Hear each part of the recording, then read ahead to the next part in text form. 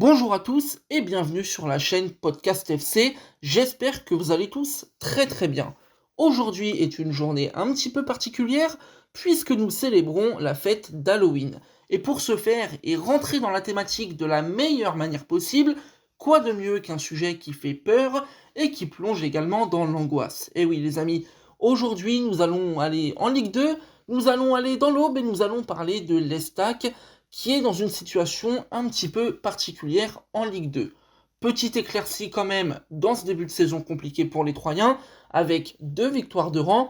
La première contre Caen dans un choc de bas de tableau, 1-0, et la deuxième avec un score plus large et plus éclatant contre Pau, 3-0. Deux résultats qui permettent aux Troyens de se placer 17e et donc avant-dernier de Ligue 2, avec un petit point de retard sur le premier non relégable. Je pense que vous vous en doutez, Troyes n'est pas censé être dans cette posture en Ligue 2, et pour cause, il y a eu une véritable chute depuis le rachat par le City Football Group. On va tranquillement se poser dans cette vidéo pour évoquer le cas de Troyes, on va parler de Ligue 2, revenir sur tous les événements qui se sont déroulés depuis le rachat, avec beaucoup de questions, et petite parenthèse avant de rentrer vraiment dans le vif du sujet, je dois être honnête avec vous, je ne suis pas le plus grand suiveur de Troyes. C'est pas le club que je suis au quotidien. Alors si des Troyens ou des suiveurs quotidiens de Ligue 2 arrivent sur cette vidéo et souhaitent m'apporter des éléments de contexte supplémentaires pour que je puisse moi aussi comprendre et m'enrichir, ce serait un énorme plaisir. On est sur YouTube pour partager, je le fais avec énormément de bonheur et de passion à chaque fois, ça me fait totalement plaisir, donc si on pouvait avoir cet instant de partage, ce serait une excellente chose. Voilà, parenthèse fermée. On va revenir du coup tranquillement sur ce qui s'est passé à l'Estac depuis le rachat par le City Football Group, qui détient donc Manchester City ou encore Gérone en Espagne. Tout d'abord, l'Estac a été racheté le 3 septembre 2020 par le fameux groupe. En saison 2020-2021, Troyes est champion de Ligue 2 et monte en Ligue 1. Il me semble que le rachat du coup se fait à l'intersaison. 2021-2022, Troyes, honnêtement, gère plutôt bien les choses. On est sur une saison en Ligue 1 avec beaucoup de concurrence. L'Estac parvient à se placer 15e et à se maintenir en Ligue 1. C'est une bonne saison. On est sur quelque chose de plutôt encourageant. Je me rappelle que l'Estac avait quand même une bonne attaque, notamment cette saison-là. La saison d'après, par contre, est une saison un peu plus compliquée quand même. 2022-2023, les Troyens descendent en Ligue 2. Mais attention, un contexte un peu particulier. On était dans une saison avec 4 descentes, donc forcément beaucoup de place pour qu'on puisse chuter. Une saison avec beaucoup de concurrence et où on pouvait rapidement se faire aspirer. 3 qui descend en Ligue 2, très sincèrement, c'est pas la nouvelle la plus choquante. Ils étaient en Ligue 1, il y avait de la concurrence, 4 descentes. Bon, ils finissent pas dernier qui descend, mais toujours est-il que c'était une saison très compliquée. Et on peut se dire, 3 fait le yo-yo. Entre guillemets, c'est pas trop choquant. Ils peuvent après rebondir et continuer un petit peu leur vie de club un peu normalement. Seulement voilà, la saison dernière en Ligue 2 ne s'est pas du tout passée comme prévu, puisque 3, qui était quand même plutôt favori pour remonter, étant un promu qui descend, et une grosse écurie habituelle de Ligue 2, descend cette fois-ci en National 1, là aussi dans une saison à 4 descentes, mais quand même, je répète, 3 fait descente Ligue 1, Ligue 2 nationale.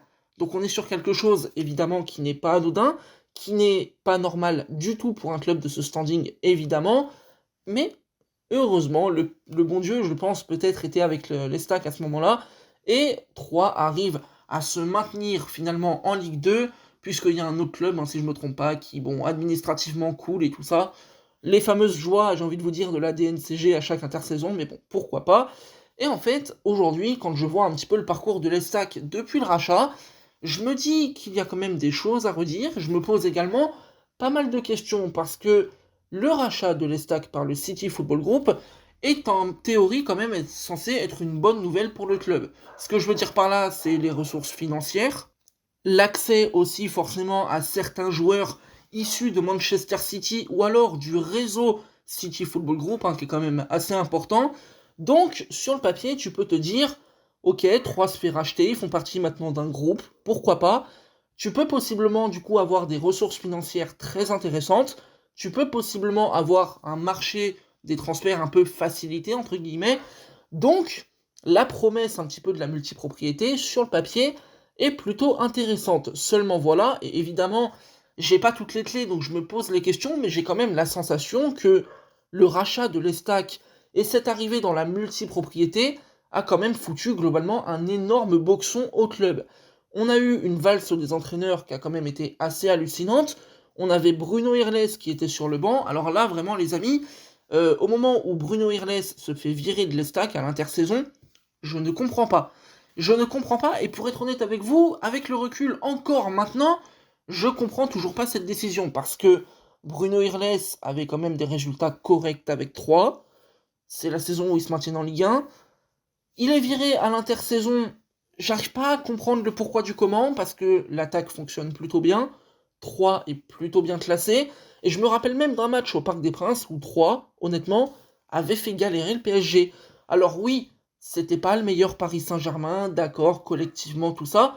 Toujours est-il que quand tu arrives au Parc des Princes, que tu proposes du football en étant une équipe quand même censée être en dessous, excusez-moi l'expression, mais il faut avoir des couilles. Il faut quand même le vouloir, il faut quand même aussi en avoir la capacité. Et c'est vrai que sur ce match-là, j'avais vu 3 et je m'étais dit, ah ouais, les mecs en ont vraiment dans le pantalon, ils arrivent à sortir quelque chose de vraiment cohérent. Tactiquement, c'était bon. Collectivement, c'était bon. Individuellement, les joueurs étaient dans une bonne soirée ce soir-là. Mais il y avait vraiment eu un très bon match. Et en fait, je me suis dit, cette équipe-là, si elle joue comme ça toute la saison, elle va se maintenir, ce qui avait été fait d'ailleurs, mais en le faisant en fait un petit peu entre guillemets avec la manière. Et quand je vois que Bruno Irles se fait virer, bah, je me pose des questions. Il me semble d'ailleurs qu'à l'époque ça avait fait un petit imbroglio, parce que on avait peut-être estimé que c'était injuste, en tout cas lui il avait très mal vécu de mémoire, hein. Et franchement ouais, c'était quelque chose que j'avais pas du tout compris. Ensuite sur le banc, là on a quand même, messieurs, une légende quand même de notre bon vieux football national, Patrick Kisnorbo. Alors là, va falloir m'expliquer, les amis. Ça me fait vraiment rire parce que ce coach-là a été un coach des plus catastrophiques que j'ai pu voir de ma vie. Il a enchaîné un nombre de défaites inimaginables, impossible de rallier les joueurs à sa cause, rien n'allait, nul, nul, horrible. Mais alors, ce mec-là est resté sur le banc de 3 un moment, j'ai pas compris non plus. Je comprenais déjà pas le licenciement de Bruno Irles, avec peut-être une raison qui m'échappe, hein. Mais alors le fait que Patrick Kisnorbo soit resté tout ce temps en Ligue 1 à faire couler 3, mais ensuite encore en Ligue 2, waouh! Alors là, les amis, excusez-moi de ma réaction un petit peu choquée, mais j'arrive vraiment pas à comprendre.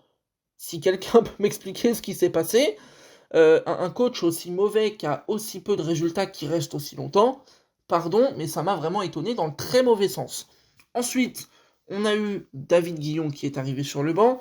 Finalement, on se rend compte que bah voilà, hein, les résultats sont toujours pas là, ça prend pas forcément avec les joueurs, et on a même eu Alou Diarra en intérim. Voilà. 3 entre-temps est descendu en national et remonté en Ligue 2 par la magie de la DNCG. Donc, voilà, bon, je dis pas ça pour critiquer 3, mais bon, c'est toujours un petit peu guignolesque. Et aujourd'hui, sur le banc de l'Estac, on a Stéphane Dumont, l'ancien coach de l'En Avant Guingamp. Donc voilà, j'ai fait toute cette valse un peu des entraîneurs pour vous montrer que il y a eu du monde quand même qui est arrivé depuis tout ce temps, depuis 2021. Et en fait, je me pose la question de me dire, mais comment ça a été géré? J'arrive pas tellement à comprendre comment le football, enfin le City Football Group a géré les stacks, a géré la valse des entraîneurs, a viré un coach alors qu'il a des bons résultats et que c'est quand même plus que correct, a gardé un coach très longtemps sur le banc alors que les résultats sont apocalyptiques. Bon, honnêtement, je ne sais pas et je pense qu'on ne saura jamais. Mais aujourd'hui, moi j'ai un véritable problème avec ce qui s'est passé à 3.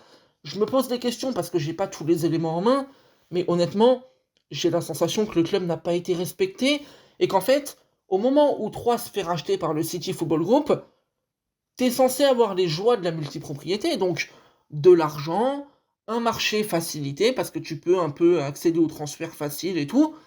Mais en fait, il y a eu tout l'inverse. Il y a eu tout l'inverse, c'est-à-dire qu'il y a eu un club de 3 qui en fait s'est fait aspirer dans tout le groupe.